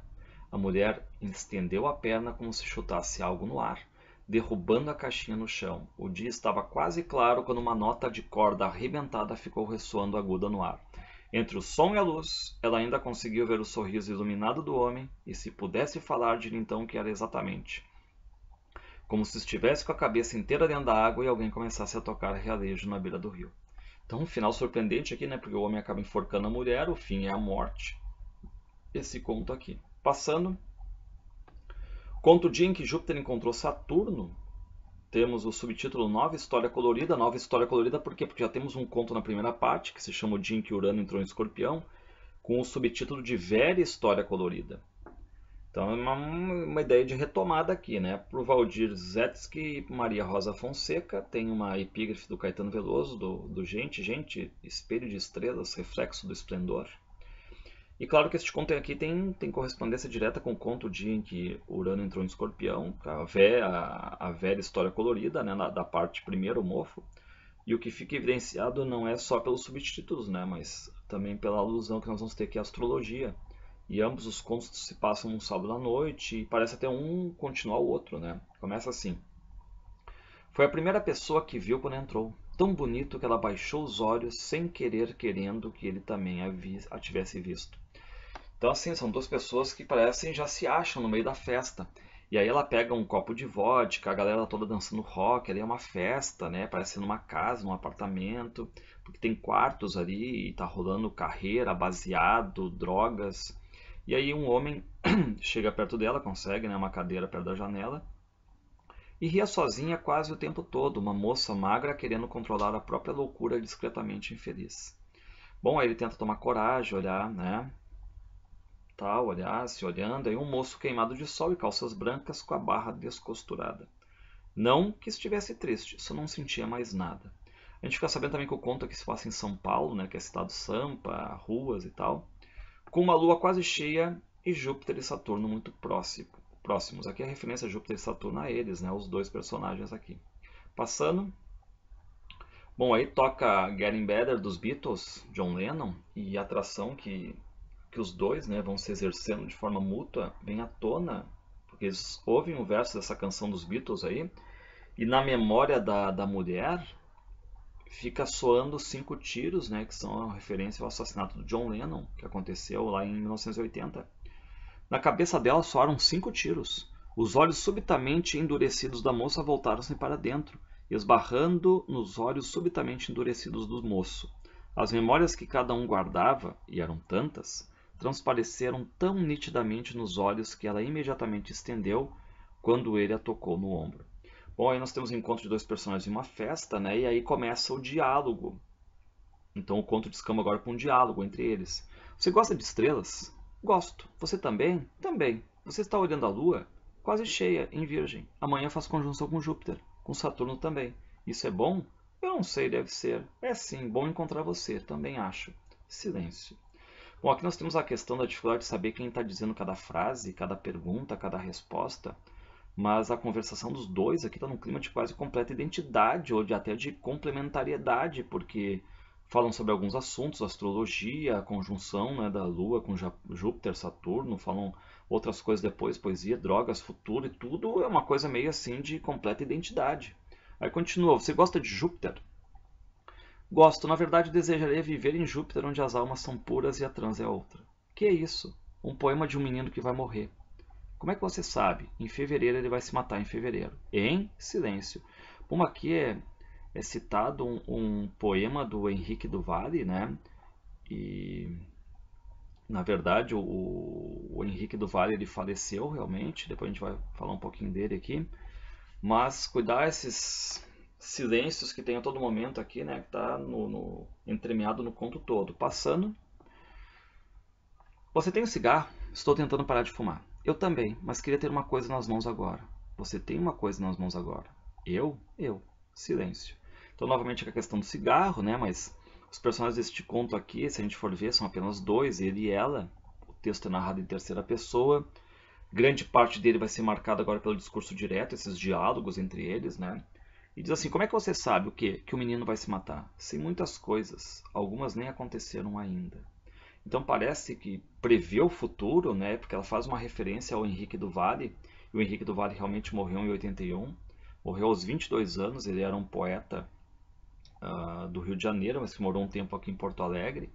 E ele caiu da janela do apartamento, enfim, em época de carnaval, afundado em drogas, em álcool. Esse era o Henrique do Vale. Tem até antes ali no começo da parte dos morangos, uma epígrafe dele. Diz: eu não sei nada, te ensino a saber, não a sentir. Não sinto nada já faz tempo, diz ele. Eu só sinto, mas não sei o que sinto. Quando sei, não compreendo. Ninguém compreende. Às vezes sim, eu te ensino. Difícil. Morri em dezembro, com 5 tiros nas costas. Você também. Também? Depois saí do corpo. Você já saiu do corpo. Silêncio. Repare, eles conversam, eles estão dizendo que estão mortos, que um vai morrer no futuro. Aqui nós temos a sensação de que as almas já saíram do corpo, como se os dois já estivessem em transe, sei lá, né? E sempre aquela observação repetida do narrador, silêncio. Passando. Você já tomou alguma coisa? O quê? Cocaína, morfina, codeína, mescalina, heroína, estenamina, psilocibina, metedrina. Não tomei nada, não tomo mais nada. Nem eu, já tomei tudo. Tudo? Cogumelos têm parte com o diabo. O ópio aperfeiçoou o real. Agora quero ficar limpa, de corpo e alma, não quero sair do corpo. Silêncio de novo. Então a questão das drogas aqui, mas da ideia de que eles deixaram para trás, né, que conseguiram resolver os conflitos todos. Acho que estou voltando. Usava saias coloridas, flores nos cabelos. Minha trança chegava até a cintura, as pulseiras cobriam os braços. Alguma coisa se perdeu. Onde fomos? Onde ficamos? E aqueles guizos? E aquelas fitas? O sol já foi embora. A estrada escureceu, mas navegamos. A sensação de perdido, de tempo que, enfim, opressor, né? Mas que eles vão seguindo, essa é a ideia. Sim, onde está o norte? Localiza o Cruzeiro do Sul, depois caminha em direção oposta. Silêncio. E aqui nós temos a ideia de que eles tiveram também experiências parecidas, similares, estão se acertando. O diálogo a gente não consegue às vezes prever quem está falando o quê, passando. Você é de Virgem? Sou. E você de Capricórnio? Sou. Eu sabia. Eu sabia também. Combinamos, Terra? Sim, combinamos. Silêncio. Astrologia de novo aqui, como já no citado conto o dia em que Urano entrou em Escorpião, da primeira parte. Aí a gente vai para os planos deles, né? Amanhã eu vou embora para Paris. Amanhã eu vou embora para Natal. Eu te mando um cartão de lá. Eu te mando um cartão de lá.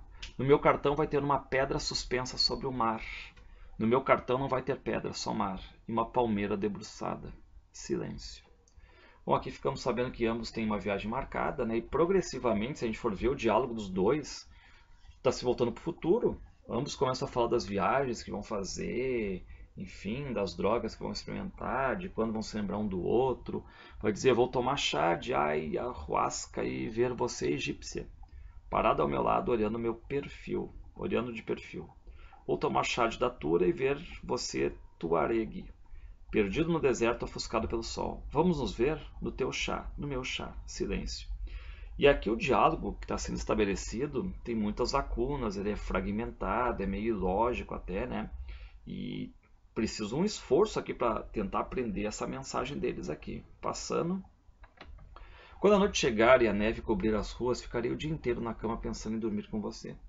Quando estiver muito quente, me dará uma moleza de balançar devagarinho na rede pensando em dormir com você. Vou te escrever carta e não mandar. Vou tentar recompor teu rosto sem conseguir. Vou ver Júpiter e me lembrar de você. Vou ver Saturno e me lembrar de você. Daqui a 20 anos voltarão a se encontrar. O tempo não existe. O tempo existe, sim, e devora. Bom, então eles sabem, sentem as mesmas coisas. Há um encontro, essa junção entre eles, né? E até que a ideia de que os dois podem ser um só, né? Por causa dessa unidade toda aí. E a imagem dos dois, se a gente for ver, é quase a mesma de forma aparente, assim, que até não importa as categorias de gênero aqui. Tudo isso é muito abstrato. Está tocando Kiss, Kiss, Kiss. Por que você não me convida para dormirmos juntos? Você quer dormir comigo? Não. Porque não é preciso? Porque não é preciso. Silêncio. Então eles decidem não dormir um com o outro porque não é preciso, acabam se beijando, né? Me beija, te beijo. Passando aqui. Foi a última pessoa que eu vi, que viu ao sair. Desceu pelo elevador. Então o personagem masculino desce o elevador, a chave de carro na mão, rodou a chave entre os dedos, depois mordeu leve a ponta metálica amarga. Ria sozinho quase sempre, um moço queimado de sol, com a barra branca das calças descosturadas, querendo controlar a própria loucura, discretamente infeliz. Não que estivesse triste, só não compreendia o que estava sentindo.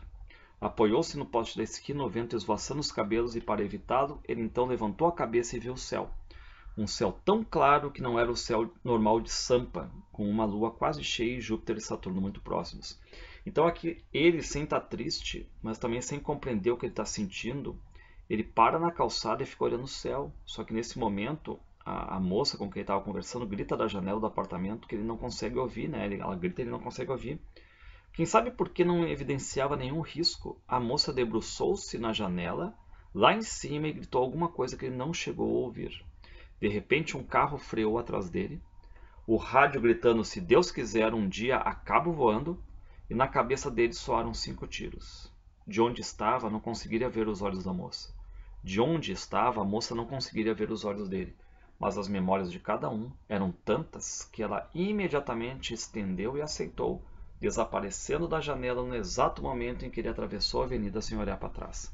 Bom, então aqui ambos permanecem um instante em comunicação visual, e essa comunicação é interrompida de forma brusca por um carro que vai frear bruscamente atrás dele, né? E aí os 5 tiros voltam, dessa vez na lembrança dele. E há esse momento, né, de comunhão calada que acaba terminando na separação definitiva. E mesmo que, enfim, o encontro entre eles seja permeado por uma dor, né, que é o assassinato de John Lennon, o passado aqui é uma experiência coletiva a partir do, digamos assim, que eles vão buscar um caminho. E esse caminho aqui não é o, digamos, o presente, apesar de ser o momento do encontro possível entre eles, né? A união ela não se concretiza totalmente porque os personagens mesmos vão dizer que não é preciso e, enfim, né? O presente na verdade se realiza em um futuro imaginado, nos sonhos que os dois vão ter um com o outro, nas cartas que não vão mandar, nas saudades que vão sentir e tudo mais, né? E esse encontro não realizado ainda, né, é que garante essa permanência, o caráter de, digamos, de infinito atribuído ao presente, algo que acaba não acabando, né, ou que não começa. Enfim, e o conto acaba sugerindo, né, esses 5 tiros e tal, um carro ali com som ouvindo alto, né, Rita Lee, um conto que traz questão de astrologia, lida diretamente com a morte, a mensagem que mais se faz presente é a morte, né, enfim. Ok, então passando aqui, vamos para o conto Aqueles Dois. História de aparente mediocridade e repressão, para Rofran Fernandes. Tem um poema do Walt Whitman. O conto é em terceira pessoa, ele começa uma situação adiantada em que 2 homens vão conversando sobre mulheres, sobre futebol, amigo secreto, relógio ponto, enfim, né? A parte 1 diz assim, ó, num deserto de almas também desertas, uma alma especial reconhece de imediato a outra. Talvez por isso, quem sabe, mas nenhum se perguntou. Os dois personagens aqui eles se reconhecem, né? No primeiro segundo do primeiro minuto, digamos, né? A gente fica sabendo que o Raul tinha 31 anos e o Saul tinha 29. Idades parecidas, nomes parecidos, mas as diferenças entre eles não se limitavam a esse tempo, a essas letras. Raul vinha de um casamento fracassado, 3 anos e nenhum filho. Saul de um noivado tão interminável que terminaram um dia, e um curso frustrado de arquitetura. Bom, aí o Raul fica ouvindo música, às vezes ele pega violão, vai cantando, os dois gostam de cinema. Passaram no mesmo concurso para a mesma firma, mas não se encontraram durante os testes. Foram apresentados no primeiro dia de trabalho de cada um, passando. Bom, aí nós temos eles se apresentando, disseram prazer, Saul. Depois, como é mesmo seu nome? Sorrindo divertidos da coincidência. Mas discretos, porque eram novos na firma e a gente, afinal, nunca sabe onde está pisando. Então eles têm um começo de amizade limitado a um oi, a um bom final de semana, coisa simples assim, mas o narrador já aponta que eles estão fadados, digamos, à desgraça. Mas desde o princípio alguma coisa, fados, astros, sinas, quem saberá, conspirava contra ou a favor, por que não, aqueles dois. E as mesas de trabalho, né, deles ficam lado a lado, eles trabalham 9 horas por dia, intervalinho para almoço e tal, mas estão perdidos ali numa espécie de deserto de almas, como diz o texto, né? Enfim, que mais restava aqueles dois, se não, pouco a pouco, se aproximarem, se conhecerem, se misturarem? Pois foi o que aconteceu, tão lentamente que mal perceberam. Aí vamos para a parte 2. Ficamos sabendo que eles são sozinhos, né? O Raul veio do norte, o Saul veio do sul. E naquela cidade todos vinham do norte, do sul, do centro, do leste. Talvez seja São Paulo, né? Mas no deserto em volta, todos os outros tinham referenciais. Uma mulher, um tio, uma mãe, um amante. Eles não tinham ninguém naquela cidade.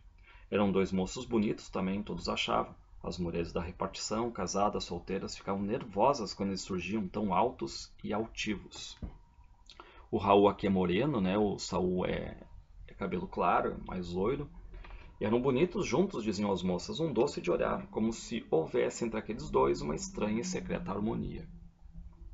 Aí nós temos a parte 3, que diz: cruzavam-se silenciosos, mas cordiais, junto à garrafa térmica do cafezinho, comentando o tempo ou a chatice do trabalho, depois voltavam às suas mesas. Bom, aí um dia o Saul, ele chegou atrasado porque ele viu um velho filme na TV, e aí o Raul já pergunta que filme. Infâmia! Saul contou baixo. Audrey Hepburn, Shirley MacLaine. Um filme muito antigo, ninguém conhece. Raul olhou devagar e mais atento. Como ninguém conhece? Eu conheço e gosto muito. Bom, aí é o pontapé inicial, né, para o Raul convidar o Saul para um café, falarem sem parar sobre o filme e tal. E outros filmes viriam nos dias seguintes, e tão naturalmente como se de alguma forma fosse inevitável. Também vieram histórias pessoais, passados alguns sonhos, pequenas esperanças e, sobretudo, queixas. Durante aquele fim de semana, obscuramente desejaram pela primeira vez, um em sua kitnet, outro na pensão, que o sábado e o domingo caminhassem depressa para dobrar a curva da meia-noite e novamente desaguar na manhã da segunda-feira, quando outra vez se encontrariam para um café.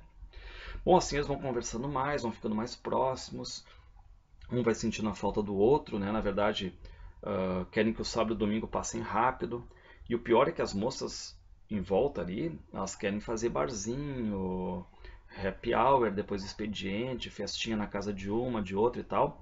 E os dois vão, mas quase sempre enfiavam-se pelos cantos e sacadas para contar suas histórias intermináveis. Ou seja, para eles, os dois se bastam aqui, né? Passando. Bom, daí um dia o Raul pegou o violão, contou um bolero chamado Tu Me Acostumbraste, né, para o Saul. E o Raul falou pela primeira vez no casamento desfeito. Passo incerto, Saul contou do noivado antigo. E concordaram bêbados que estavam ambos cansados de todas as mulheres do mundo, suas tramas delicadas, suas exigências mesquinhas, que gostavam de estar assim, agora sós, donos de suas próprias vidas. Embora isso não disseram, não soubessem o que fazer com elas. Bom, aí o Saul não foi trabalhar, porque estava de ressaca, e inquieto, Raul vagou o dia inteiro pelos corredores subitamente desertos, gelados, cantando baixinho Tu Me Acostumbraste, entre inúmeros cafés e meio maço de cigarros a mais que o habitual. Na parte 4, os fins de semana tornaram-se tão longos que um dia, no meio de um papo qualquer, Raul deu ao Saul o número de seu telefone. Bom, então aqui vemos calmamente a questão da aproximação entre eles, a abertura das suas vidas. E num domingo, né, depois do almoço, o Saul foi lá, telefonou para o Raul, foi visitar o amigo. Foi dessa vez que ácidos e unidos falaram no tal deserto, nas tais almas. Há quase 6 meses se conheciam. Então é tudo com tempo, é de forma progressiva aqui, né? E o Raul vai cantando, perfídia la barca, e a pedido de Saul, outra vez, 2 vezes, tu me acostumbraste. Raul gostava principalmente daquele pedacinho assim sutil, chegaste a mim como uma tentação e tal, né? Uma inquietude do meu coração. Ou seja, as músicas todas elas fazem referência a um romantismo em que alguém vai se declarando a outra pessoa, né? Passando. Bom, e na segunda-feira não trocaram uma palavra sobre o dia anterior, mas falaram mais que nunca e muitas vezes foram ao café. E claro, as mulheres aqui elas ficam espiando os dois, cochichando, e nessa semana, pela primeira vez, almoçaram juntos na pensão de Saul, que quis subir ao quarto para mostrar os desenhos, visitas proibidas à noite, mas faltavam 5 para as 2 e o relógio de ponto era implacável. Saíam e voltavam juntos desde então, geralmente muito alegres. Bom, aí o Raul foi visitar o Saul com o pretexto de assistir um filme na TV, né, e tal, mas não prestam atenção nenhuma no filme, só conversam. E aos domingos agora, Saul sempre telefonava e vinha. Almoçavam, jantavam, bebiam, fumavam, falavam o tempo todo. Às vezes olhavam-se e sempre sorriam. Ou seja, a aproximação aqui ela é gradual. E dia seguinte, chegaram juntos à repartição cabelos molhados do chuveiro. As moças não falaram com eles. Os funcionários barrigudos e desalentados trocaram alguns olhares que os dois não saberiam compreender, se percebessem. Mas nada perceberam, nem os olhares, nem 2 ou 3 piadas. Quando faltavam 10 minutos para 6, saíram juntos, altos e ativos, para assistir ao último filme de Jane Fonda. Reparem que aqui começa uma aproximação com o conto Terça-feira Gorda. Já começa a ter uma provocação, não que nem no Terça-feira Gorda, que é uma provocação explícita, né? Que eles dizem, ai, ai, as ocas e tal. Aqui é uma discriminação, já começa velada. Piadinha baixa e tudo mais entre aqueles dois ali. Passando. Na parte 5, os dois eles fazem aniversários em dias diferentes, claro, mas vão trocando presentes. E entre esses dois aniversários aconteceu alguma coisa. o que aconteceu foi que a mãe do Raul morreu, e aí ele vai ter que ficar uma semana fora, e aí o Saul fica todo desorientado com a falta do amigo, né? Bebeu bastante nessa semana e teve um sonho.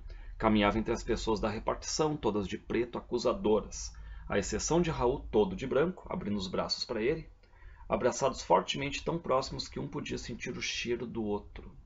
Bom, e aí o Raul volta, telefona pro Saul para que ele fosse vê-lo e tal, né? Beberam muito nessa noite. Aí o Raul foi falar da mãe dele. Aí o Saul tá indo embora, começa a chorar. Aí o Saul vai lá, estende a mão, toca na barba crescida do Raul. E sem tempo para compreenderem, abraçaram-se fortemente, tão próximos que um podia sentir o cheiro do outro. O de Raul, flor murcha, gaveta fechada. O de Saul, colônia de barba, talco, durou muito tempo. Bom, o que vai acontecer é que esse abraço entre eles, né, no texto é dito que ficou o tempo de um cigarro virar cinza no cinzeiro, né, mais ou menos entre 5 e 10 minutos ali, né. Afastaram-se então. Raul diz qualquer coisa como eu não tenho mais ninguém no mundo, e Saul outra coisa qualquer como você tem a mim agora e para sempre. Bom, aí chega Natal, Ano Novo, eles vão passar juntos, né? Eles recusam o convite dos colegas de repartição. E Raul deu a Saul uma reprodução do Nascimento de Vênus, que ele colocou na parede exatamente onde estivera o quarto de Van Gogh. Saul deu a Raul um disco chamado Os Grandes Sucessos de Dalva de Oliveira. O que mais ouviram foi Nossas Vidas, prestando atenção no pedacinho que dizia até nossos beijos parecem beijos de quem nunca amou. Reparem de novo as músicas todas com conotação aqui de aproximação. Passando, bom, aí na noite do Ano Novo eles brindam, eles acabam dizendo que a amizade deles nunca vai terminar, beberam até cair, quase cair. Na hora de deitar, trocando a roupa no banheiro, muito bêbado, Saul falou que ia dormir nu. Raul olhou para ele e disse que você tem um corpo bonito. Você também, disse Saul e baixou os olhos. Deitaram ambos nus, um na cama atrás do guarda-roupa, outro no sofá. Quase a noite inteira um conseguia ver a brasa acesa do cigarro do outro, furando o escuro feito um demônio de olhos incendiados. Pela manhã, Saul foi embora sem se despedir para que Raul não percebesse suas fundas olheiras. Ou seja, eles ficam sem dormir ali, basicamente. Fica aquele clima que pode acontecer, pode rolar, mas não rolou entre eles. Aí vem janeiro, eles começam a projetar férias juntos e tudo mais. Aí só que vem o problema, o chefe da seção do departamento deles, né, chama os dois. Suarento, o chefe foi direto ao assunto. Tinha recebido algumas cartas anônimas. Recusou-se a mostrá-las. Pálidos, Raul e Saul ouviram expressões como relação anormal e ostensiva estava na carta, desavergonhada aberração, comportamento doentio, psicologia deformada, sempre assinados por um atento guardião da moral. Bom, aí o chefe começa a falar sobre a reputação da firma e acaba dizendo que os dois estão despedidos. Bom, aí é uma cena de tristeza, o Raul e o Saul vão lá, esvaziam as gavetas, o Raul guarda um desenho que o Saul tinha feito, né, e tal, um par de olhos enormes, enfim, e o Saul foi guardar a letra de Tu me acostumbraste, que foi escrita à mão pelo Raul. Desceram juntos pelo elevador em silêncio. Mas, quando saíram pela porta daquele prédio grande e antigo, parecido com uma clínica ou uma penitenciária, vistos de cima pelos colegas todos postos na janela, a camisa branca de um, a azul do outro, estavam ainda mais altos e mais altivos. Demoraram alguns minutos na frente do edifício. Depois apanharam o mesmo táxi, Raul abrindo a porta para que Saul entrasse. Ai, ai, alguém gritou da janela. Reparem aqui a questão do preconceito, né? Mas eles não ouviram. O táxi já tinha dobrado a esquina. Pelas tardes poeirentas daquele resto de janeiro, quando o sol parecia a gema de um ovo enorme frito no azul, sem nuvens no céu, ninguém mais conseguiu trabalhar em paz na repartição. Quase todos ali dentro tinham a nítida sensação de que seriam infelizes para sempre. E foram. Repare o final aqui bem irônico, né? Vingativo, até simbólico, esse certo desdém aqui, que a empresa nunca mais vai ter um momento de felicidade e realmente, né? Fica essa questão aí. O Raul e o Saul, aqui cuidando no conto que eles são julgados como homossexuais e são demitidos porque, segundo os funcionários e o chefe, eles mantêm uma relação normal e ostensiva. Só que as dúvidas quanto ao relacionamento entre eles é uma questão do ambíguo, né? Porque o narrador insinua um sentimento amoroso entre os dois, sugerido, mas que não é explicitamente confirmado. Em momento nenhum da narrativa acontece um relacionamento entre eles. O narrador em terceira pessoa ele insere o olhar dos outros sobre os dois aqui, na verdade. Então, cuidar é a questão da demissão, ou seja, a presença do transgressor não é bem-vinda. Aqui não é fazer o leitor se decidir se Raul e Saul são homossexuais ou não, né? É sim instigar a reflexão sobre os motivos que levam as pessoas a condenar os outros, ou seja, a questão da discriminação. E o preconceito social aqui não se expressa, né, de forma física, violenta, como no Terça-feira Gorda, mas sim econômica, porque os dois acabam sendo demitidos. Passando. Bom, para encerrar, aqui nós temos a terceira parte, com um conto único chamado Morangos Mofados, dedicada a parte para José Márcio Penido. Tem aqui a letra Strawberry, né, do Lennon e do McCartney. E começa passando um prelúdio. Enumerava frases como é assim que as coisas são, ou que se há de fazer, que se há de fazer, ou apenas é o final que importa. E a cada dia ampliava-se na boca aquele gosto de morangos mofando, verde doentio guardado no fundo escuro de alguma gaveta. Bom, aqui nós temos um narrador que não é tão bem identificado, os personagens não são apresentados, temos aqui discursos fechados, sem conclusão nenhuma, quebra da ordem linear, temos a quebra dessa noção de começo, meio e fim. A palavra prelúdio traz a ideia de uma espécie de introdução sobre um assunto, mas esse assunto aqui não vem, né? E aqui, de novo, a sugestão de algo sobre alguém que luta para sobreviver, porque as expressões já simbolizam, digamos, né, um certo mal-estar. Reparar a metáfora dos morangos mofados na gaveta é a metáfora de derrota. Bom, aí também cuida aquelas expressões, é assim que as coisas são, tudo em hífen, que isso aí é a construção do Caio Fernando Abreu. Bom, depois vem o Allegro Agitato, a partezinha aqui, é segundo o subtítulo, né? Aparece um homem conversando com um médico dele e ele vai dizer, ó, pois o senhor está em excelente forma, a voz elegante do médico. Não há nada errado com seu coração nem com seu corpo, muito menos com seu cérebro.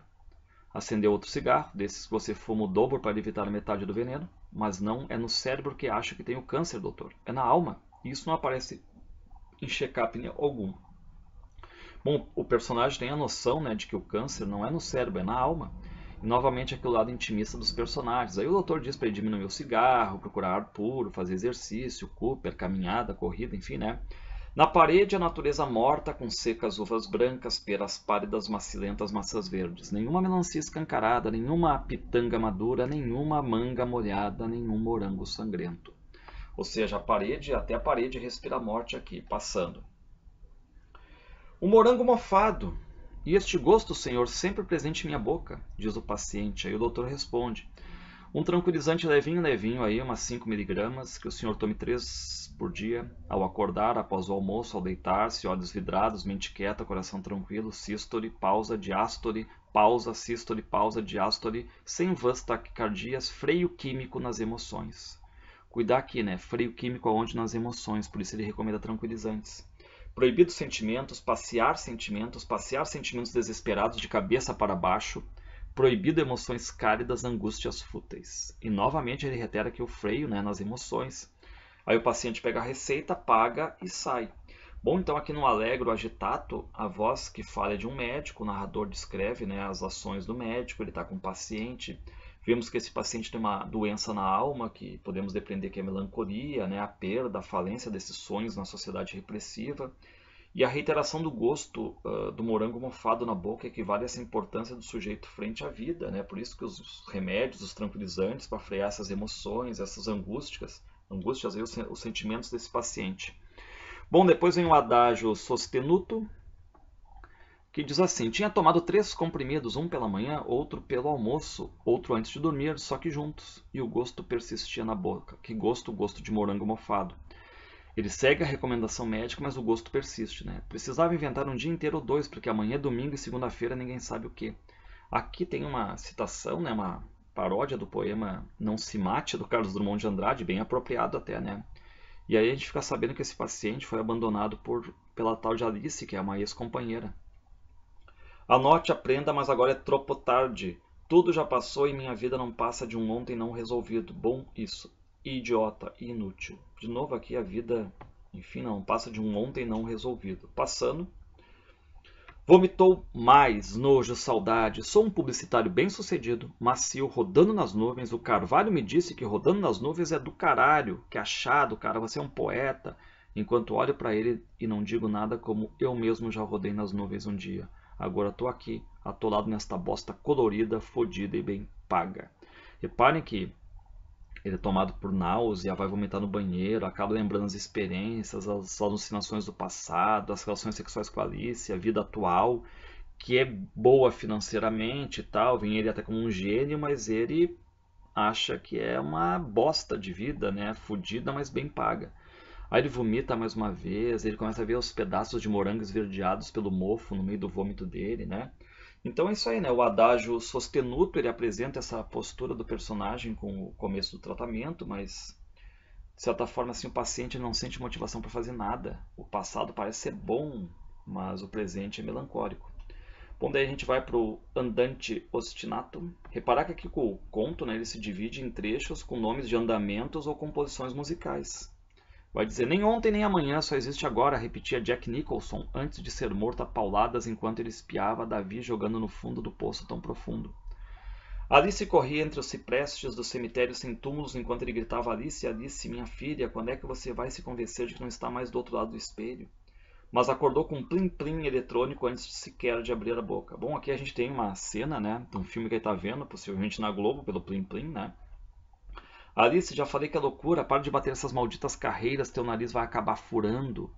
E aí nós temos a referência da Alice do filme, para Alice talvez da ex-companheira dele, que era drogada, cocaína aqui, né? Bastava um leve impulso, debruçou-se no parapeito entrevado, morto da cintura para baixo, da cintura para cima, da cintura para fora, da cintura para dentro. Que diferença faz? Oficializar o já acontecido, perdi um pedaço, tem tempo e nem morri. Bom, aqui referência ao suicídio, já que ele basicamente está morto para ele, mas ainda tem a vida, né? Então, o que ele diz, né? Que diferença faz oficializar o já acontecido. E aqui o andante ostinato, ele acaba fragmentando o relato, ele traz outros personagens, né? Cita, né, Jack Nicholson, traz Alice. Nós ficamos aqui à espera do desfecho do conto, o narrador muda o enredo, que era uma cena de filme que o personagem vê. Vão passando, e aí vem o minueto e rondó, que traz o sentimento de solidão, né? Vai dizer, não foi, não, foi assim. Debruçado no terraço, ele olhou primeiro para cima e viu que na longa rua não havia rumores, nem carros, nem pessoas. Só os 7 viadutos também desertos. Não havia ninguém na rua, concluiu ainda. Bom, aqui ele sai para o terraço, se debruça no parapeito. Isso traz até uma mudança de percepção. E ao mesmo tempo, em seguida, um de dentro pensou. E se alguém realmente finalmente apertou o botão? E um outro de dentro pensava também, se sobrepujando mais claro, quase organizado, uma luz, um vento, uma onda. Reparem que tem duas consciências, uma de dentro, que é mais pessimista, e outra o outro de dentro, né? Um de dentro e o outro de dentro, que é mais esperançoso e vai se sobrepujando. O sol estava nascendo, ou seja, mais claro, a vinda de uma luz, né? O gosto mofado de morangos tinha desaparecido. E aqui parece mudar a vida do personagem, né? Porque o gosto de mofo desaparece, e aí a gente fica perguntando se será uma vida nova, um fechamento positivo. Nota que já está na metade da vida dele, o personagem vê, né? Que já está na metade da vida dele. E está se sentindo, de certo modo, um recém-nascido agora, né? Então essa ideia de volta por cima. Mas era um homem recém-nascido quando voltou-se devagar, num giro de 180 graus sobre os próprios pés, para deslizar as costas pela sacada até ficar de joelhos sobre os ladrilhos escuros, as mãos postas sobre o sexo. Observando os canteiros de cimento. Será possível plantar morangos aqui? Ou se não aqui, procurar algum lugar em outro lugar? Frescos morangos vivos vermelhos. Achava que sim, sim. E termina aqui com um sim, não com um não, que o livro marca muito isso aí, né? Do não, termina com um sim. E com essa metáfora dos morangos frescos, né? O personagem está agachado, procurando algum lugar entre os canteiros de cimento para plantar morango. E os morangos frescos, na verdade, seria o que? Uma metáfora da vivacidade do passado vivido e agora essa esperada no futuro aqui. Então, encerramos com morangos mofados.